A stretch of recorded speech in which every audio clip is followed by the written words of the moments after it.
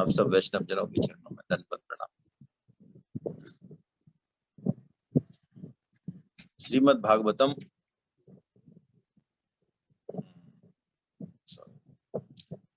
पहले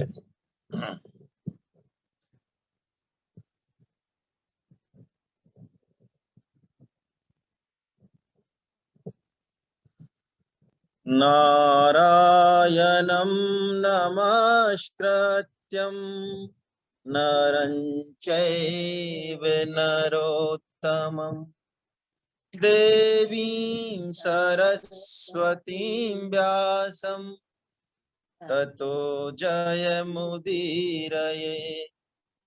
नमस्तस्मै भगवते वासुदेवाय साक्षिणे येदं कृपया कस्मै व्याचचक्षे मुमुक्षवे। योगीन्द्राय नमस्तस्मै शुकाय ब्रह्मरूपिणे संसार सर्पदष्टं यो विष्णुरात्ममुच भवे भवे यथा भक्ति पादयोस्तव जायते तथा कुरुष्व देवेश नाथस्त्वं नो यतः प्रभो। कलेर्दोष निधे राजन् नास्ति हि एको महान् गुणा कीर्तनादेव कृष्णस्य मुक्तसंग परं ब्रह्म। यस्तुत्तम श्लोक गुणानुवाद संगीयते भीक्ष्णममङ्गलघ्नः तमेव नित्यं शृणुयाद भीक्ष्णम् कृष्णे मलां भक्तिमभीप्समा। यन्नामधेयं म्रियमाणयातुरा पतन्निस्खलन् वा विवशो गृह्णन् पुमान् विमुक्तकर्मार्गलयुत्तमां गतिं प्राप्नोति यक्षन्ति न तं कलौ जनः। श्रीमद्भागवतं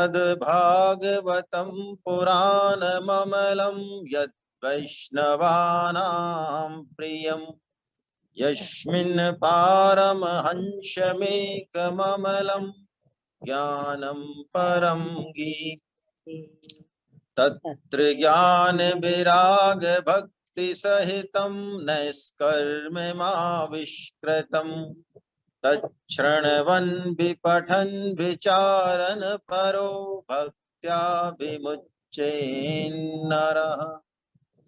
यं ब्रह्मा वरुणेन्द्ररुद्रमरुतः स्तुवन्ति दिव्यैस्तवैः वेदैः साङ्गपदक्रमोपनिषदैर्गायन्ति यमसामगा ध्यानावस्थित तद्गतेन मनसा पश्यन्ति यमयोगिनो यशान्तं न विदुषुरासुरगणा देवाय तस्मै। बिनु विश्वास भगति नहीं तेहि बिनु द्रवहीन राम कृपा बिनु सपने हूँ जीव न लहे। आजु धन्य मैं धन्ययति यद्यपि सब विधि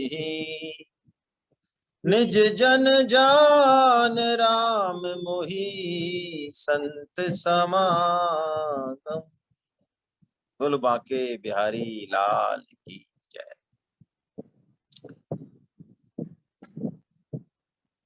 परीक्षित जी महाराज वृंदावन पधारे हैं और बद्रीनाथ जी से कहते हैं कि तुम भगवान श्री कृष्ण की पत्नियां यानी अपनी माताओं की सेवा करें, बाकी सब चिंता आप मुझ पर छोड़ दें, और किसी तरह की कोई बात हो तो कृपया मुझसे कहें। तब बद्रीनाथ जी उनसे कहते हैं कि मैं बिना प्रजा का राजा हूं, अर्थात इस वृंदावन में प्रजा है ही नहीं। भगवान श्री कृष्ण ने यहाँ गोचारण लीला की, इतनी सारी लीलाएं की, वो सब कहाँ है वृंदावन। मुझे वो वृंदावन और वृंदावन के तत्समय की प्रजा कोई दिखाई नहीं देता है। तब परीक्षित जी ने कहा ये तो बड़ी चिंता की बात है। महर्षि सांडिल को वो बुलवाते हैं और महर्षि सांडिल उन्हें बताते हैं कि दो तरह की लीला है, जो नित्य लीला है, जो वास्तविकी लीला है, वो तो भगवान श्री कृष्ण की चारों युगों में हर समय चलती रहती है। अभी भी दिव्य वृंदावन में वो लीला चल रही है, लेकिन वो लीला हर किसी को दिखाई नहीं देती। उसके लिए जो भगवान के भक्त जन हैं, इस योग्य हैं, वो लीला उनको ही दिखाई देती है। और एक व्यवहारिकी लीला है जो भगवान श्री कृष्ण अवतार लेके आते हैं, तब वो लीला होती है, तब वो सबको दिखाई देती है कृपा पूर्वक। तो तुम एक काम करो, महर्षि सांडिल ने कहा कि भगवान श्री कृष्ण ने जहां जहां जो जो लीलाएं की, उन सब लीलाओं का चिन्हीकरण करो, भगवान के जो साक्षात विग्रह हैं उनका स्थापन करो, प्राण प्रतिष्ठा करो, और काम वन सब इस तरह की चीजें बसाओ। फिर तुम्हें धीरे धीरे जो उद्धव जी हैं उनके दर्शन हो जाएंगे, और उद्धव जी तुम्हें बताएंगे कि वास्तव में इस ब्रज लीला का रहस्य क्या है। ब्रज का महात्म्य, ब्रज का मतलब उन्होंने कल बताया। ब्रज भूमि भगवान श्री कृष्ण का नित्य धाम है, जहां वो आप्त काम आप्त राम भगवान श्री कृष्ण भी अपने सखाओं के साथ विभिन्न तरह की लीलाओं का रसास्वादन करने पधारते। और उस समय वो द्वारका के राजाधिराज भगवान श्री कृष्ण नहीं होते हैं, वो प्रेम के वश में सखाओं के प्यारे सखा ठाकुर जी होते हैं। ऐसा कह के ये सारी बातें हुई। फिर यमुना जी से मिली भगवान श्री कृष्ण की जो पत्नियां थी, तो यमुना जी ने उन्हें बताया कि मुझे श्री कृष्ण का विरह नहीं होता। क्यों नहीं होता? कि भगवान श्री कृष्ण हम सबके हृदय में अंतर्यामी रूप से विराजे हुए हैं। लेकिन ये तत्व, ये श्री कृष्ण तत्व का रहस्य मुझे राधा रानी की कृपा से प्राप्त हुआ। तुम सब भी राधा रानी का ही विस्तार हो, तो राधा रानी की शरण लेने पर तुम्हें श्री कृष्ण का विरह नहीं व्यापेगा, विरह में भी आनंद ही रहेगा। ऐसा कह के वो सब रानियों ने यमुना जी को बड़ा धन्यवाद दिया, और उन्होंने कहा आज से हम भी राधा रानी जी की दासी हुई। यमुना जी ने आगे कहा तुम्हें आगे उद्धव जी का सत्संग प्राप्त होगा, तब तुम्हें भगवान श्री कृष्ण के साथ नित्य विहार का सुख भी प्राप्त हो जाएगा। तो ये बात उठी कि भगवान उद्धव जी का दर्शन कैसे हो, उनका सत्संग कैसे हो। तो अब सूत जी बता रहे हैं कि यमुना जी उनको ये तरीका भी बताती हैं कि भगवान श्री कृष्ण की जो नित्य लीला है, जो उनका नित्य स्वरूप है, जो आज भी है, आज भी भक्तों को, है ना, वैष्णव जनों को उनके दर्शन होते हैं। उद्धव जी के दर्शन होते हैं, बद्रिका आश्रम में वेदव्यास जी महाराज के दर्शन होते हैं, है ना। और ये बात कोई ऐसी नहीं है कि लाखों करोड़ों वर्ष पुरानी है। आज भी इस धरा धाम पे ऐसे शुद्ध भक्त और वैष्णव विराजमान हैं। लेकिन हम में यदि पारमी हो तो वो बात सामने आए, है ना। सिर्फ कौतूहल के बेस पे, या उनको कोई प्रमाण पत्र की जरूरत तो है नहीं हमसे कि हम उनको प्रमाण पत्र दें कि हाँ आपने उद्धव जी के दर्शन किए। उन्हें तो ऐसे प्रमाण पत्रों से उल्टा बचना है। तो उद्धव जी के दर्शन कैसे हो, उसके लिए वो अब बताती हैं यमुना महारानी जी, है ना। यमुना जी भगवान श्री कृष्ण चंद्र की 16 कलाओं का चिंतन करते हुए कहने लगी कि जब भगवान श्री कृष्ण अपने परम धाम को जाने लगे, स्वधाम गमन की लीला में हमने देखा। तो उन्होंने उद्धव जी को कहा, हे उद्धव जी, तुम बद्रिका आश्रम जाओ। क्यों? बद्रिका आश्रम तप भूमि है, साधना भूमि है। तुम साधना करो, साधना करने के लिए तुम जाओ, और जब तुम्हारी साधना पूर्ण हो जाएगी तब फल रूप में तुम्हें ब्रजवास मिलेगा। यानी ये ब्रज भूमि जो है ना, ये साधन की फल रूपा भूमि है। तो तुम यहाँ के एक एक कण में बसे हुए उस लीला रस का अनुभव कर सकोगे। अभी वो जो भगवान की जो लीला स्थली है वो अंतर ध्यान हो चुकी है ना। तो उद्धव जी भी अभी हमें दिखाई नहीं पड़ेंगे, फिर भी वो यमुना जी कह रही हैं एक स्थान ऐसा है जहां उद्धव जी के दर्शन हो सकते हैं, है ना। वो स्थान वो बताती हैं यमुना जी, यमुना महारानी। वो कहती हैं गोवर्धन पर्वत के निकट भगवान की एक विहार स्थली है, जहां भगवान ने अपनी लीला सहचरियों के साथ नित्य विहार किया था।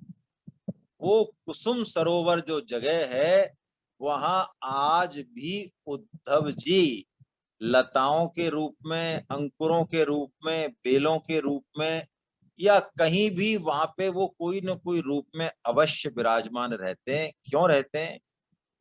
ताकि भगवान की जो अनन्य प्रेयसी हैं, जो प्रेम रूप ही हैं, जो प्रेम की ध्वजा है गोपियां, वो भगवान की प्रियतमाओं की चरण रज उनके ऊपर पड़ती रहे, है ना।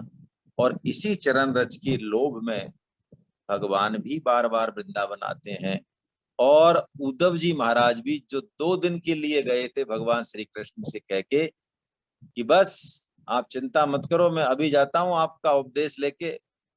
और गोपियों को वो क्यों चिंता कर रही हैं, आप आ गए तो मैं अभी समझा के 2 दिन में वापस आ जाता हूँ।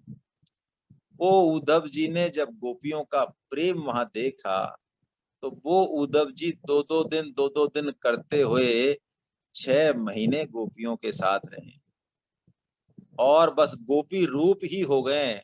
हमने पढ़ा ये उद्धव जी की ब्रज यात्रा में। और उन्होंने भगवान से यही प्रार्थना की, है ना, कि मुझे अब और कुछ नहीं चाहिए, इस ज्ञान से तो मैं थाप गया। अब तो मुझे, हे प्रभु, आप वृंदावन वास दे दे, और वृंदावन में भी कोई गुल्म, कोई लता, कोई औषधि मुझे आप बना दें, जिससे कि आपकी प्रियतमा गोपियों का संग मुझे प्राप्त होता रहे। गोपियों के चरणों में उद्धव जी लौटते हैं, ब्रजरज में लौटते हैं, और कहते हैं, वहां कहा है उद्धव जी ने ये श्लोक बोले हैं, बड़े प्यारे श्लोक हैं। गोपियों को प्रणाम करके वो बोलते हैं, वंदे ब्रज स्त्रीणाम पादरेणुमभीक्षणस।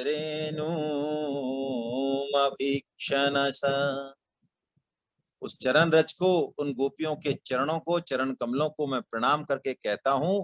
क्यों कहते हैं उन चरण कमलों को प्रणाम करके, चरण रज को? या शाम हरि कथोद गीतम पुनाति भुवन त्रयम।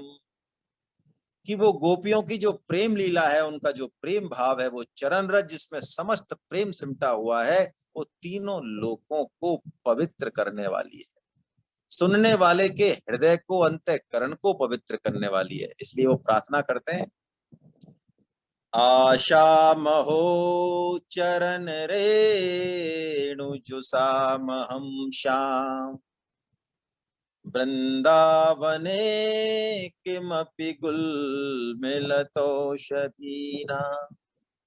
या दुस्त्वजं स्वजनमार्य पथं च हित्वा भेजुर्मुकुंद पदवी श्रुतिभिर्भिमिज्ञा। गोपियों को वो प्रणाम करते हैं, वो कहते हैं, बड़े बड़े ऋषि मुनि देह और गेह के बंधनों को, ममता रूपी बंधनों को नहीं काट सकते। पति, पुत्र, पत्नी, शरीर, इनमें जो आसक्ति होती है उसको बड़े बड़े ऋषि मुनि नहीं काट सकते। इन गोपियों ने उन दुर्जन श्रृंखलाओं को, ममता रूपी बंधनों को ऐसे काट दिया भगवान के चरण कमलों के लिए, मैं इनको प्रणाम करता हूं। ऐसा कहकर उद्धव जी की भक्ति का गुणगान करके यमुना जी कहती हैं कि उद्धव जी भगवान के उत्सव स्वरूप हैं। यानी भगवान का जो उत्सव है ना, लीला स्वरूप संकीर्तन महोत्सव, वो उद्धव जी ही हैं। तो तुम क्या करो, तुम वज्रनाभ को लेकर समस्त रानियां जितनी भी हो, सब कुसुम सरोवर चले जाओ और वहां वीणा, मृदंग, वेणु आदि बाजों के साथ, हाँ जेएमएल गुप्ता साहब कह रहे हैं पड़ासौली विलेज के पास, गोवर्धन के पास परासौली विलेज है ये, उसमें ये कुसुम सरोवर है, अभी भी है, नारद कुंड भी वही है ना, जहाँ उद्धव जी विराजते हैं। बहुत बढ़िया कृपा आपकी। तो वहां भगवान की लीलाओं का कीर्तन करो और भगवान की जो कथाएं हैं, गुण हैं, नाम हैं, उनके भगवत गुणगान से सरस संगीतों के द्वारा तुम महान उत्सव प्रारंभ करो। और जैसे ही तुम उत्सव प्रारंभ करोगे तो मेरा निश्चय है कि तुम्हें भगवान श्री कृष्ण के स्वरूप उद्धव जी का दर्शन हो जाएगा, वो तुम्हारे सारे मनोरथ पूर्ण करेंगे। वज्रनाभ जी आते हैं और तुरंत देखिए, काल करे सो आज कर और आज करे सो अब, और पल में परलय होएगी बहुरी करेगो कब। साधक का पहचान ही यही है कि वो मन में कोई कुविचार आए, कुसंग के विचार आए तो उसको टालता है, कल पर छोड़ता है, परसों पे छोड़ता है, क्योंकि वो जानता है ये स्फुरणा है मेरे पुराने पाप कर्मों की, जो नष्ट होने के लिए आई हैं, ये थोड़े समय में नष्ट होके चली जाएंगी। लेकिन उसके मन में कोई संकल्प आता है सत्कर्म का, दान का, कथा का, कीर्तन का, वो तुरंत करता है, उसमें लेट नहीं करता, है ना। काल करे सो आज कर और आज करे सो अब। तो वज्रनाभ जी उसी समय भगवान श्री कृष्ण की पत्नियों को लेकर और कुसुम सरोवर पहुंच गए। वो गोवर्धन के निकट, परासौली गांव के निकट कुसुम सरोवर, जो सखियों की विहार स्थली है, वहां श्री कृष्ण कीर्तन का उत्सव प्रारंभ हुआ। और ब्रसवानु नंदिनी श्री राधा रानी और उनके प्रियतम श्री कृष्ण की वो लीला भूमि जब साक्षात संकीर्तन की शोभा से संपन्न हो गई, तो जितने भी भक्त जन वहां श्रवण और कीर्तन कर रहे थे, उनके मन की वृत्ति तन्मय हो गई भगवान श्री कृष्ण में। देखिए, संकीर्तन का यही सबसे बड़ा फायदा है। संकीर्तन नाम जप से भी विशेष माना गया है। नाम जप में तो जापक को ही का ही कल्याण होता है, लेकिन संकीर्तन में ऐसा साधक जिसका नाम जप में भी मन नहीं लग रहा है, पाप वृत्ति भी है, अभी नाम जप कर ही नहीं पाता, संकीर्तन में ऐसी शक्ति है कि उसके पापों का क्षय हो जाता है धीरे धीरे, और उसके अंतःकरण की चित्त वृत्ति निर्मल हो जाती है। संकीर्तन की विशेष विशेष महिमा है ना। तो सबने वहां पे संकीर्तन प्रारंभ किया और उस संकीर्तन में सब भगवान श्री कृष्ण की चित्त वृत्ति में के रूप में तन्मय हो गए। और उद्धव जी जो कि वहां थे ही पहले से ही वहां की लताओं में, वहां के तृण में, वहां के गुल्म में, वो उद्धव जी महाराज उस लताओं के समूह से प्रकट होकर और सबके सामने आ गए। बोलो उद्धव जी महाराज की जय। और उद्धव जी महाराज भगवान श्री कृष्ण स्वरूप में आए हैं, वही पीतांबर लहरा रहा है, गले में बनमाला है, गुंजा की माला है, और भगवान श्री कृष्ण की लीलाओं का वो अपने मुख से बारंबार जो है कीर्तन कर रहे हैं। खुद भी आ गए संकीर्तन शोभा में और खुद भी वो नाचने लग गए, कीर्तन करने लगे। आइए 2 मिनट हम भी इस बहाने कीर्तन करते हैं। जय राधे जय राधे राधे, जय राधे जय श्री राधे,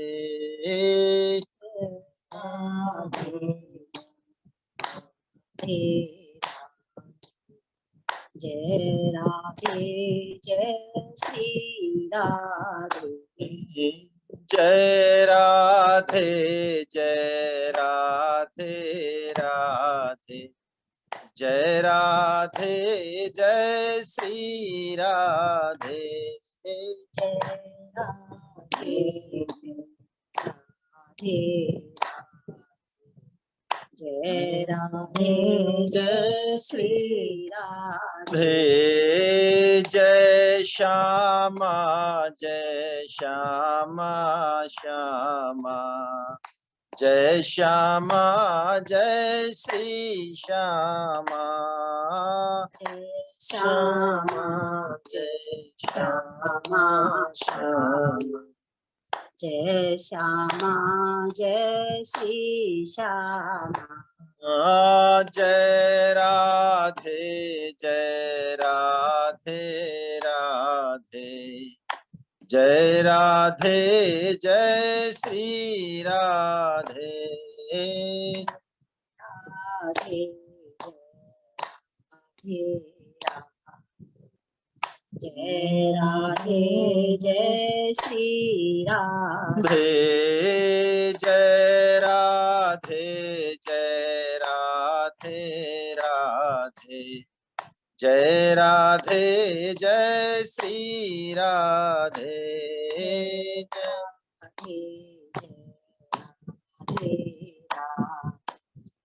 जय राधे जय श्री राधे। जय कृष्णा कृष्णा। जय कृष्णा जय श्री कृष्णा।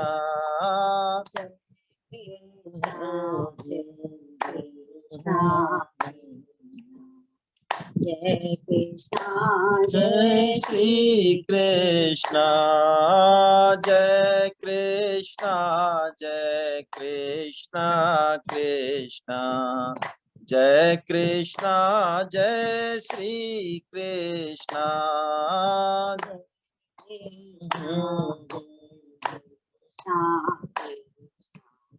जय कृष्णा जय श्री कृष्णा। जय राधे जय राधे राधे। जय राधे जय श्री राधे। राधे जय राधे। जय राधे जय श्री राधे। राधा गोरी नित्य किशोरी प्रियतम प्यारी श्री राधे। राधा गोरी नित्य किशोरी प्रियतम गौरी श्री राधे। राधे जय राधे राधे। जय राधे जय श्री राधे। जय जय राधे जय राधे जय श्री राधे। जय राधे जय राधे राधे। जय राधे जय श्री राधे। राधे जय राधे राधे। जय राधे जय श्री राधे। राधा रानी की जय। तो उद्धव जी महाराज प्रकट हो गए और कैसी उनकी शोभा हो रही है, जैसे स्फटिक मणि की बनी हुई अट्टालिका की छत पर चांदनी और छिटक जाए उस पर, तो सभी लोग आनंद के समुद्र में निमग्न होकर सब कुछ भूल गए। उनको ये भी पता नहीं कि भगवान श्री कृष्ण स्वरूप उद्धव जी भी हमारे बीच में ही नृत्य कर रहे हैं, कीर्तन में भाग ले रहे हैं। जब उनकी चेतना कुछ नीचे आई, चित्तवृत्ति कुछ नीचे हुई, तब उन्हें पता चला, अरे साक्षात भगवान श्री कृष्ण स्वरूप उद्धव जी विराजमान है। उद्धव जी ने तब परीक्षित जी को अपने हृदय से लगा लिया है और उनसे कहा, राजन तुम धन्य हो, धन्य हो, धन्य हो। तुम भगवान श्री कृष्ण की भक्ति से पूर्ण हो, क्योंकि तुम सबका हृदय भगवान श्री कृष्ण के संकीर्तन में निमग्न हो रहा है। आहा, ऐसी दुर्लभ बात। धन्योऽसि राजन् कृष्णैक भक्त्या पूर्णोऽसि नित्यदा यस्त्वं निमग्न चित्तोऽसि कृष्ण संकीर्तनोत्सवे। और बड़े सौभाग्य की बात है कि भगवान श्री कृष्ण के जो प्रपौत्र हैं वज्रनाभ, इस पर भी तुम्हारा बड़ा प्रेम है। क्यों न हो, भगवान श्री कृष्ण ने ही तो तुम्हें शरीर भी दिया और ये सब वैभव भी दिया। ये कृपा भगवान श्री कृष्ण की तुम्हारे ऊपर है परीक्षित, इसलिए उनके प्रपौत्र पर तुम्हारा प्रेम होना स्वाभाविक है ना। ये सब लोग देखिए क्या कह रहे हैं उद्धव जी, कि जिन लोगों को भगवान श्री कृष्ण ने द्वारका से ब्रज में जाने की आज्ञा दी, अर्जुन को ले जाने की, और जो लोग अभी भगवान श्री कृष्ण के संकीर्तन में भाग ले रहे हैं, निमग्न हैं, वे सब बड़े ही धन्य हैं, बहुत धन्य हैं। वो कह रहे हैं भगवान श्री कृष्ण का मन रूपी चंद्रमा राधा के मुख रूपी चांदनी से युक्त होकर इस वृंदावन को सदा प्रकाशमान करता रहता है। देखो उद्धव जी कहते हैं, परीक्षित जो ये भौतिक चंद्रमा है, ये तो इसकी तो कलाएं क्षय और वृद्धि को प्राप्त होती हैं, लेकिन भगवान श्री कृष्ण चंद्र जो हैं, इनकी जो गुण लीला कीर्तन और ये उत्सव का जो आनंद है, ये कभी भी क्षय को प्राप्त नहीं होता, उत्तरोत्तर उत्तरोत्तर ये वृद्धि को प्राप्त होता है। वो भगवान श्री कृष्ण चंद्र अपनी सभी 16 कलाओं सहित यानी पूरे ऐश्वर्य में यहाँ इस ब्रज भूमि में सदा विराजमान रहते हैं। और ये दिव्य ब्रज भूमि है, इसमें और भगवान श्री कृष्ण के स्वरूप में कुछ भी अंतर नहीं। ये ब्रजवासी भी सब उनके अंग में ही स्थित हैं। और ये वज्रनाभ जो है ना, ये भगवान के दाहिने चरण में स्थित है। देखिए हम सब जो है ना, भगवान जो बोलते हैं ना गीता में 15.7 में, ममई वांसो जीव लोके जीव भूता सनातना, ये जो जीव है ना, ये मेरा ही अंश है। हम सब भगवान के अंश हैं। तो हम तो करोड़ों अरबों खरबों हो गए, 84 लाख तो योनियां ही हैं, उनमें एक एक में करोड़ों खरबों हो तो पता नहीं कितने हो गए। लेकिन ये बड़े मजे की बात है, भगवान श्री कृष्ण से अथवा राधा रानी से बात तो एक ही है, हम सबका एक विशिष्ट संबंध है, सबका। आप कहेंगे साहब बड़े बड़े भक्तों का ही होगा, शुद्ध भक्तों का ही होगा, वैष्णवों का, हमारा तो कैसे होगा? नहीं नहीं, जो भी अंश है भगवान का, उससे भगवान का एक विशिष्ट संबंध है और वो पूर्ण है अपने आप।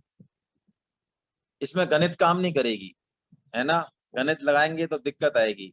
मैं उदाहरण से समझा देता हूं एक, ये गणित का फार्मूला नहीं है। जैसे आप यदि ये कहें कि किसी माता के एक या दो पुत्र हैं और उसी माता के मान लो 10 पुत्र हैं या पुत्रियां हैं, जो भी है, तो अब उस माता का प्रेम 10 पुत्र वाली का तो 1/10 हो जाना चाहिए अपने पुत्रों के साथ। गणित का फार्मूले के हिसाब से कितना होना चाहिए? 1/10 होना चाहिए। लेकिन माता का जो स्नेह है वो 10 होने पर भी उतना ही बना रहता है। और ऐसा नहीं है कि एक हो तो बहुत ज्यादा है और 10 हो तो बहुत कम है, नहीं, ऐसा नहीं है। वो सबके साथ है, सबके साथ पूर्ण है। इसलिए हमारे शास्त्रों ने कहा, ओम पूर्णमदः पूर्णमिदं पूर्णात् पूर्णमुदच्यते पूर्णमेवावशिष्यते। पूर्ण में से पूर्ण को निकाला जाए तो पूर्ण ही बचता है। ऐसा नहीं है कि एक से प्रेम हो गया तो अब 9 के लिए कुछ नहीं बचा, उसको भी पूर्ण ही प्रेम है, बाकी के लिए भी पूर्ण ही प्रेम है। तो भगवान से जो हमारा विशिष्ट संबंध है ना, हर जीव का एक अलग संबंध है, सेवा का अलग है। जैसे चंद्रावली की सेवा बताई ना, ललिता सखी की बताई, विशाखा सखी, सबकी अलग सेवा है। ये तो खैर श्री कृष्ण स्वरूप ही है, इनकी तो हम तुलना नहीं करें, हम तो जीव कोटि के हैं, ये अलग कोटि है। लेकिन फिर भी हमारा एक विशिष्ट संबंध भगवान के साथ है, प्रत्येक जीव का। और हम उस विशिष्ट संबंध से भगवान को एक विशिष्ट तरह का प्रेम, एक रसास्वादन करा सकते हैं। सभी विशिष्ट हैं, यूनिक हैं। इसी कारण तो हमारा जो है सफल है जन्म, भगवान इसीलिए तो उस रसास्वादन के लिए ही तो हम इस जगत में आए हैं। तो अपने उस विशिष्ट संबंध को पहचानना ही अपने स्वरूप को पहचानना है। ये जो संबंध ज्ञान है ना, जो सबसे लास्ट में संबंध ज्ञान होता है साधना में, गुरुदेव जो है ना वो संबंध ज्ञान देते हैं हमें अंत में। ये संबंध ज्ञान है क्या? ये यही है कि भगवान श्री कृष्ण के साथ हमारा क्या संबंध है, उसकी अनुभूति होते ही वही हमारा स्वरूप है। जो स्वरूप बोलते हैं हम, स्वरूप, ये स्वरूप क्या है? ये वही स्वरूप है। उस स्वरूप की अनुभूति होते ही बस फिर रसास्वादन ही बचता है। वो बता रहे हैं वज्रनाभ भगवान के दाहिने चरण कमल में स्थित है ना। और भगवान श्री कृष्ण क्या करते हैं? वो है तो अंतर्यामी, बैठे हुए हैं, संबंध भी पता है सबको, लेकिन योग माया का पर्दा है। तो क्या कह रहे हैं उद्धव जी? बड़ी अच्छी बात कह रहे हैं। भगवान श्री कृष्ण की कृपा का प्रकाश प्राप्त हुए बिना किसी को भी अपने स्वरूप का बोध नहीं हो सकता। जीवों के अंतःकरण में जो श्री कृष्ण तत्व का प्रकाश है, उस पर सदा माया का पर्दा पड़ा रहता है। अब आप समझें इस बात से, दो बातें हमेशा कही जाती हैं, नए साधक प्रश्न भी पूछते हैं कि आप हमेशा शास्त्र दो दो बात कहते हैं, हम तो कंफ्यूज हो गए हैं बिल्कुल है। साधन भी करो, परमात्म प्राप्ति के लिए ही मनुष्य जन्म मिला है। हम चाहें तो जल्दी ही परमात्म प्राप्ति कर सकते हैं, शीघ्र कर सकते हैं, आज से ही जन्म में मान लो, ऐसा भी कहा जाता है। और फिर ये भी कहा जाता है कि परमात्म प्राप्ति तो कृपा से ही होगी। भगवान भी यही कहते हैं, ददामि बुद्धि योगम तम येन माम उपयान्ति ते। मैं ही तुमको अपने उस स्वरूप का ज्ञान कराऊंगा, मैं ही जो है आत्मदर्शन कराऊंगा। ये दो बातें कॉन्ट्रडिक्टरी लगती हैं, है नहीं? क्यों नहीं है? देखिए, जीव को अंतःकरण शुद्धि तो करनी है, तो वो उस स्थिति तक तो पहुंचे कि अंतःकरण शुद्ध हो जाए, भौतिक माया से वो परे चला जाए। लेकिन उसके बाद भी भगवान के स्वरूप का, श्री कृष्ण तत्व का दर्शन नहीं होता, क्योंकि दो तरह की माया है, अंतरंगा और बहिरंगा। भगवान बहिरंगा तो हम, बहिरंगा से भेद उसको पार पाने के लिए हम साधन करते हैं, लेकिन भगवान योग माया समावृतम, योग माया में लिपटे हुए रहते हैं। और योग माया का पर्दा तो भगवान श्री कृष्ण स्वयं ही उठाते हैं, वो किसी साधन का मामला नहीं है। इसलिए दोनों ही बातें सही हो गई ना, कि हम योग माया का पर्दा उठे तो उस तत्व को ग्रहण करने लायक तो हो पहले, तो हम तो अपना साधन करते चलें। कब दर्शन होंगे, कब नहीं होंगे, कब पर्दा उठेगा, कब कृपा होगी, वो भगवान जाने। चटपटी तो लगी रहे, उत्कट अभिलाषा तो बनी रहे, लेकिन वो दर्शन कृपा से ही होंगे। यही बात कह रहे हैं उद्धव जी कि अभी अभी जब भगवान लीला कर रहे थे 28वां चतुर्युगी का द्वापर, तब तो भगवान वो योग माया का पर्दा हटा देते हैं, सबको भगवान श्री कृष्ण के दर्शन होते हैं। लेकिन अब तो भगवान चले गए अपनी लीला का संवरण करके, अब दर्शन कैसे हो? तो अब बता रहे हैं, वो बात बता रहे हैं उद्धव जी काम की। वाह! वो कह रहे हैं अब यदि कोई 28वें द्वापर में तो वो खुद आते हैं अंत में, अब यदि कोई श्री कृष्ण तत्व का प्रकाश पाना चाहे तो वो श्रीमद् भागवतम से ही प्राप्त हो सकता है। भगवान के भक्त जहां श्रीमद् भागवतम का श्रवण और कीर्तन करते हैं, वहां उस समय भगवान श्री कृष्ण साक्षात रूप से विराजमान रहते हैं। श्रीमद् भागवतम शास्त्रम यत्र भागवते यदा, भागवत यानी भक्त, कीर्त्यते श्रूयते चापि, या तो कीर्तन करें या सुन लें, सिर्फ, है ना, सिर्फ श्रवण करें श्रद्धा से, मन लगा के ध्यान से।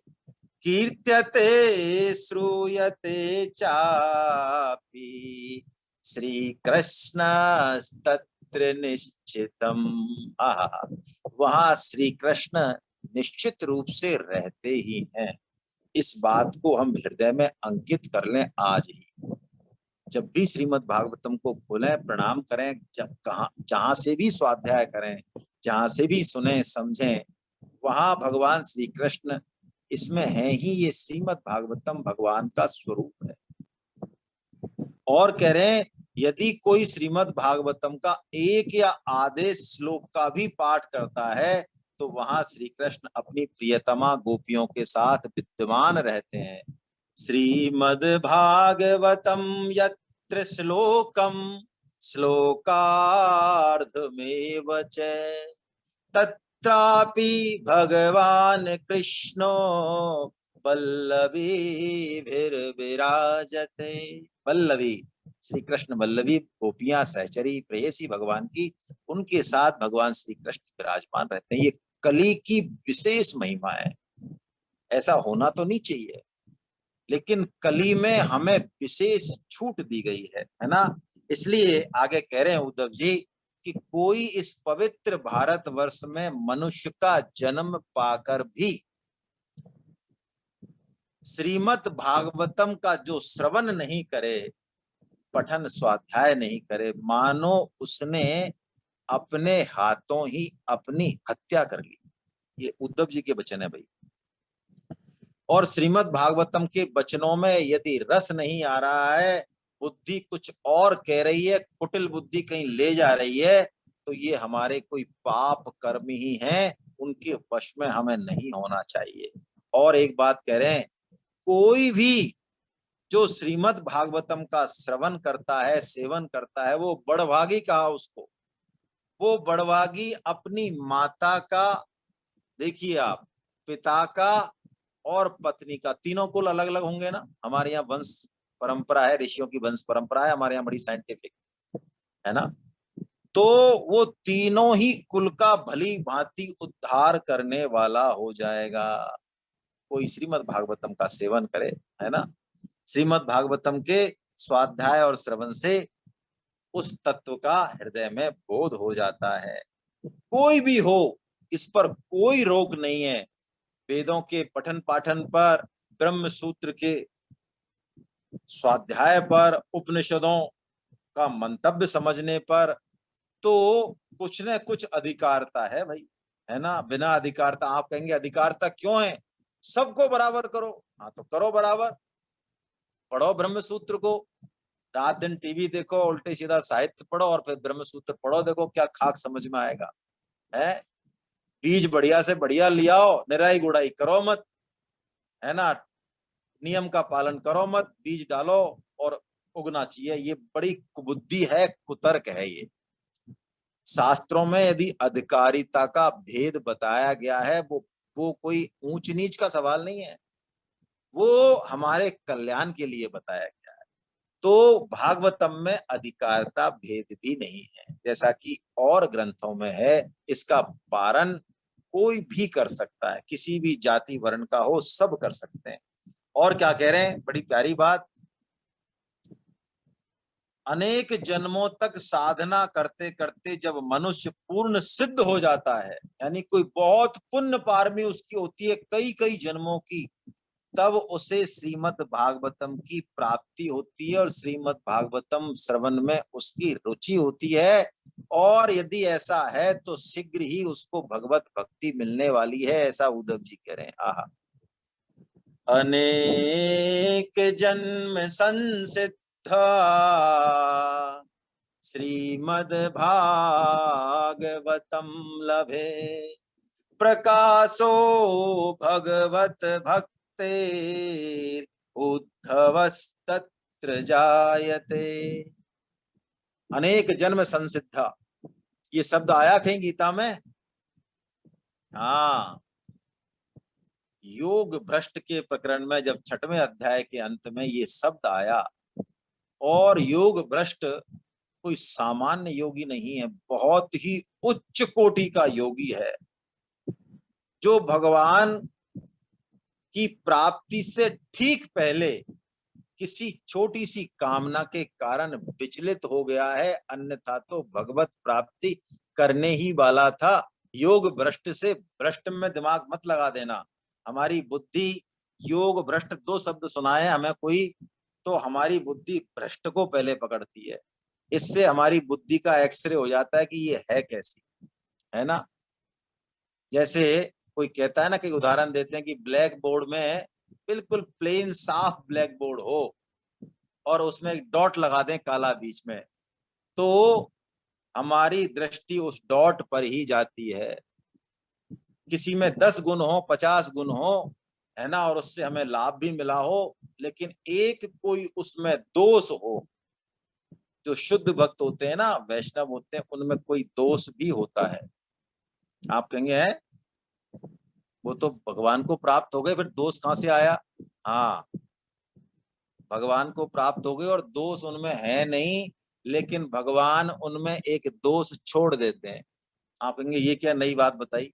हाँ, ये नई बात है। ये भगवान को वो अपने भक्त इतने प्यारे लगते हैं कि जैसे माता अपने शिशु का पूरा श्रृंगार करके, अच्छे से नहला के धुला के और बढ़िया सब काम करके, कपड़े अपड़े पहना के, और फिर उसके एक गाल पे या इधर उधर कहीं काला टीका टेक देती है। अरे, ये इतने 1 घंटे से लग रहे थे सब ये करने, और ये अंत में ये क्या टिकाया भैया, काला टीका, ऐसा क्या लेना देना? अरे कि ये कुछ नहीं, ये तो डिठोना है, डिठोना। डिठोना क्या? अरे नजर नहीं लग जाए। तो शुद्ध भक्तों और वैष्णवों को भी किसी की नजर नहीं लग जाए, इसलिए भगवान उनमें कोई दोष जानबूझकर छोड़ते हैं। वो दोष नहीं है, वो डिठोना है। लेकिन हम उस डिठोने को भी, क्योंकि हमारी दृष्टि, क्या करें, बड़ी अजीब है, तो ऐसा वो योग भ्रष्ट कोई किसी कामना से हो जाता है। तो भगवान कह रहे हैं ये श्रीमद् भागवतम अनेक जन्म संसिद्ध को मिलती है, ये बड़ी परम कृपा है। ये बात हम इसलिए कर रहे हैं कि हमें उस भगवत कृपा की थोड़ी बहुत अनुभूति हो।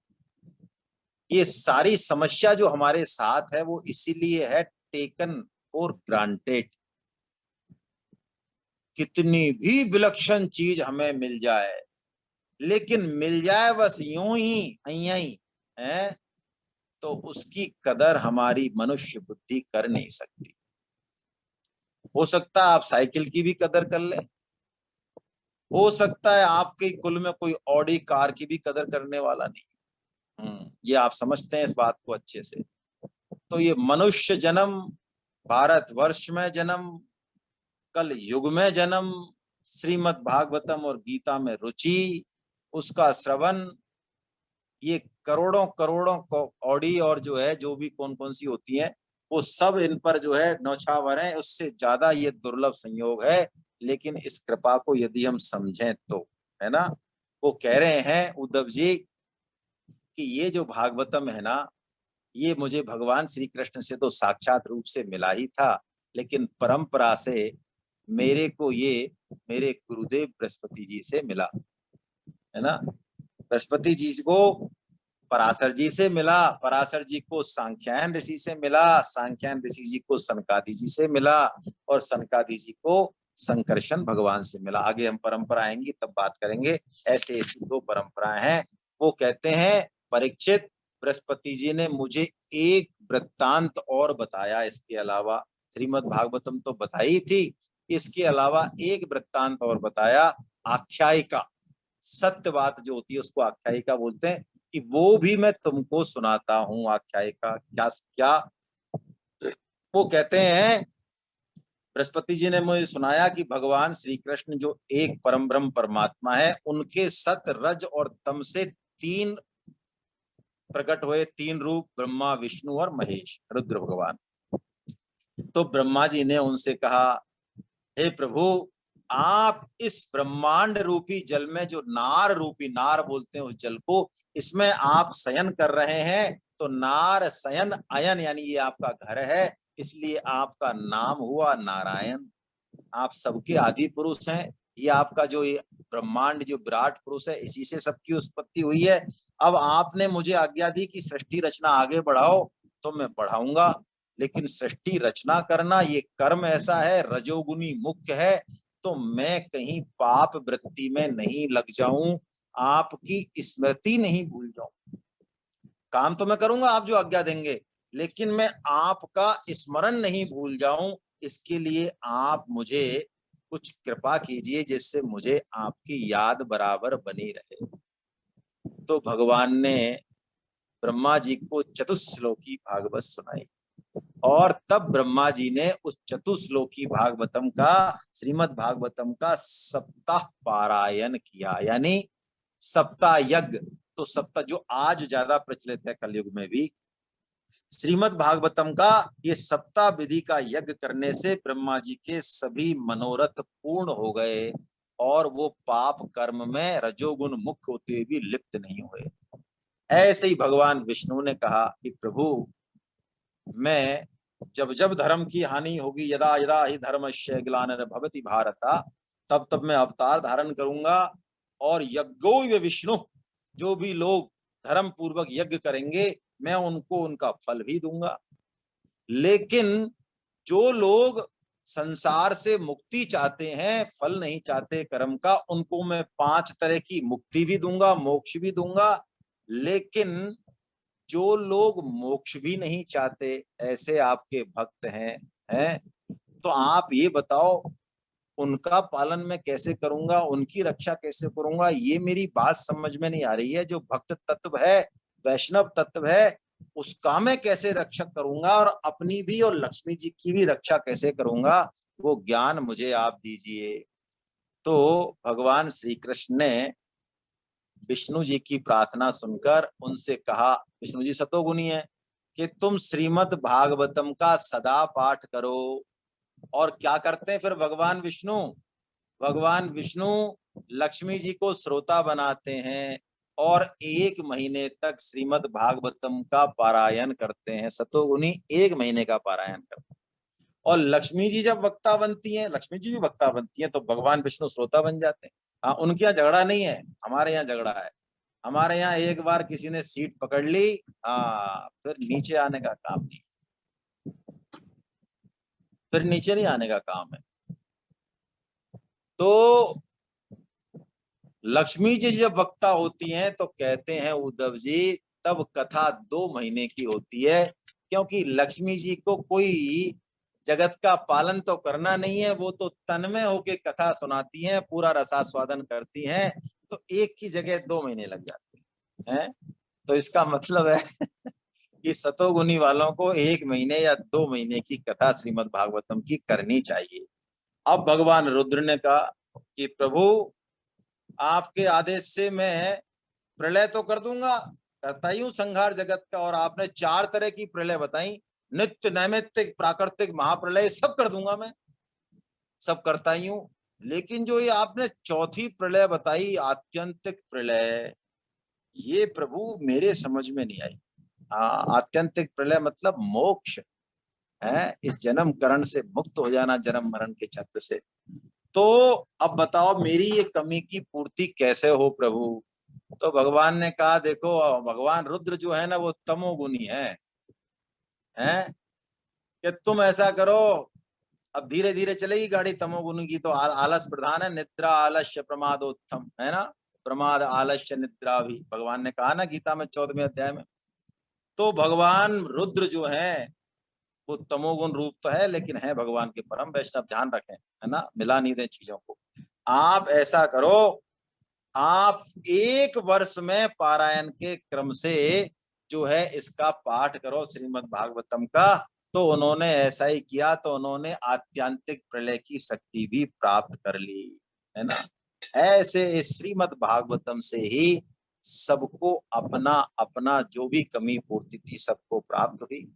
भगवान श्री कृष्ण भी यही कहते हैं कि ये गीता ज्ञान जो है ना, इसी से मैं इस संपूर्ण जगत का पालन संहार और सब काम करता हूँ। ऐसे ये श्रीमद् भागवतम मेरा स्वरूप है, गीता मेरी साक्षात वाणी है। हमें इन दोनों का ही सानिध्य मिल रहा है। ये परम प्रभु की हमारे ऊपर परम कृपा है ना। समय हो गया है, आगे हम फिर कल ही ले पाएंगे। आगे उद्धव जी क्या बता रहे हैं इसको कल ही लेंगे, और गोपियों को कुछ और बात भी बताएंगे जिससे गोपियां विरह वेदना से मुक्त हो जाएं। परीक्षित जी से भी बात करेंगे, और कल ही इसको लेते हैं, काफी लंबा है ना। हरे कृष्ण हरे कृष्ण हरे कृष्ण हरे कृष्ण हरे कृष्ण। एक मैं आपको निवेदन कर रहा था, बहुत सारे साधकों के फोन आ रहे हैं कि जो गीता का रजिस्ट्रेशन है उसको खोला जाए, कई साधक रह गए हैं भाई। तो महावीर जी बंसल साहब अपने आप को अनम्यूट कर लें।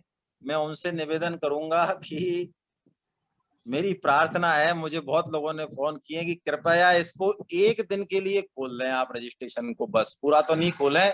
अब जितने भी साधक कराना चाहेंगे करा लेंगे, है ना। या तो अपन कोई एक डेट डिसाइड कर लें और उसका अनाउंसमेंट कर दें, जैसी आपकी इच्छा हो प्रभु बता दें आप। हरे हरे कृष्णा कृष्णा सर। हरे कृष्णा। 1 दिन के लिए जो अपन ये बढ़ाने की सोच रहे हैं, 1 दिन के लिए इसको ओपन कर दे रजिस्ट्रेशन को, तो विचार करने से ये हुआ है कि भाई लोगों को पता लग जाए कि कौन से दिन हम खोल रहे हैं। नहीं जैसे कल से खोल देंगे तो लोग नहीं आएंगे, तो सूचना सब तक पहुंच जाए, इसलिए हमने सोचा अगले शनिवार रविवार मतलब 5 तारीख को 12 बजे रात को खोल देंगे, और 6 तारीख रात के 12 बजे तक 24 घंटे मिलेंगे। तो जो भी रजिस्ट्रेशन करने से रह गए आप सबको सूचित कर दें, और जितने लोग आ जाएंगे। चलिए बहुत बढ़िया कृपा आपकी। देखो मैसेज शनिवार की रात को, यानी अगला शनिवार 5 तारीख को रात को 12 बजे रजिस्ट्रेशन खुल जाएगा, और रविवार की रात को 12 बजे क्लोज हो जाएगा। आप जिसको भी कराने हो ऑनलाइन आप करा ले, पहली चीज। दूसरी चीज महावीर सर, ये क्या संभव है कि जो रजिस्ट्रेशन हो गए हैं उनको अल्फाबेटिकल अपन लिस्ट को आउट कर सकते हो, या हाँ कोई कर जो दे, कैसे पूछना करेंगे चाहे लेकिन उनका। सर हाँ, ग्रुप में डाल देंगे लिस्ट को। तो लिस्ट डाल देंगे आप, जिससे आपको एक कंफर्मेशन हो जाए कि मैंने जो फॉर्म भरा था वो मेरा नाम आ गया है या नहीं, है ना। और किसी को इस संबंध में कोई बात कहनी हो तो वो कह सकते हैं, है ना। मैसेज अगर बनाना उसके लिए तो मैसेज बना के डाल देंगे ग्रुप में सर। हाँ मैसेज बना देते हैं, आपको मैसेज बना के सूचित भी कर देंगे। बाकी अभी हम जो है कह रहे पर हैं एक चीज ध्यान राजेश रखें, मिश्रा जिन्होंने साहब। रजिस्ट्रेशन कर लिए वो दोबारा नहीं करें। हाँ तो दोबारा नहीं उससे करें अभी, वरना हाँ वो सब गड़बड़ हो जाएगा, है ना। आप पूछ के ही दोबारा करें कि कुछ हुआ है या मतलब हमारा नहीं हुआ, कंफर्मेशन करने के बाद ही करें प्लीज, है ना। ऐसे नहीं करें। मैं राजेश मिश्रा साहब को, आपने पता नहीं क्या कर रखा, अनम्यूट का नाम नहीं आ रहा आपका। चलिए अपने आप को अनम्यूट कीजिए आप, राजेश मिश्रा साहब। राजेश मिश्रा साहब, आपके यहाँ कोई उसमें ऑडियो में समस्या है। मैंने आपको पोस्ट भी बनाया लेकिन आप कर नहीं पा रहे हैं। चलिए, एक मैं आपसे निवेदन कर ही रहा था, वो जो भी गौ सेवा करना चाहें, जो बच गए हैं वो करें आराम से, है ना। मैंने आपको दोनों ही निवेदन कर दिए हैं। कुछ लोगों ने जो नए साधक हैं उन्होंने 11,000 रुपए का मेंबर फॉर्म भी हरिराम गुप्ता जी को भेजा है, उन्होंने मुझे बताया है। जिसका भी भाव हो वो करें अपने अपने हिसाब से, है ना। और किसी के मन में कोई बात हो तो हम कर लें, नहीं तो कल फिर इसी समय हम मिलेंगे। लिस्ट 5th से पहले डाउनलोड करने की कृपा करें। बिल्कुल हाँ पहले ही कर देंगे हम, पहले ही कर देंगे, जल्दी कर देंगे उसको, है ना, जिससे आप उसको देख सकें और दोबारा रजिस्ट्रेशन नहीं करें। एक बार यदि हो गया है तो बहुत बढ़िया, बहुत अच्छा। हरे कृष्णा हरे हरे कृष्णा। कृष्ण। राजेश जी हैं क्या अभी? राजेश मार्बल, एक मिनट। राजेश मिशन जी, मैं एक बार उनको अनम्यूट कर रहा हूं, मेरी इच्छा है। कृपया जो है आज कीर्तन करा दें। वो अपने आप को अनम्यूट करें जरा, देखो राजेश जी।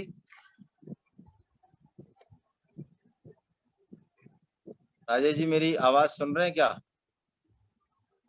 राजेश कृष्णा गुप्ता 3-4 है आईपैड, सर।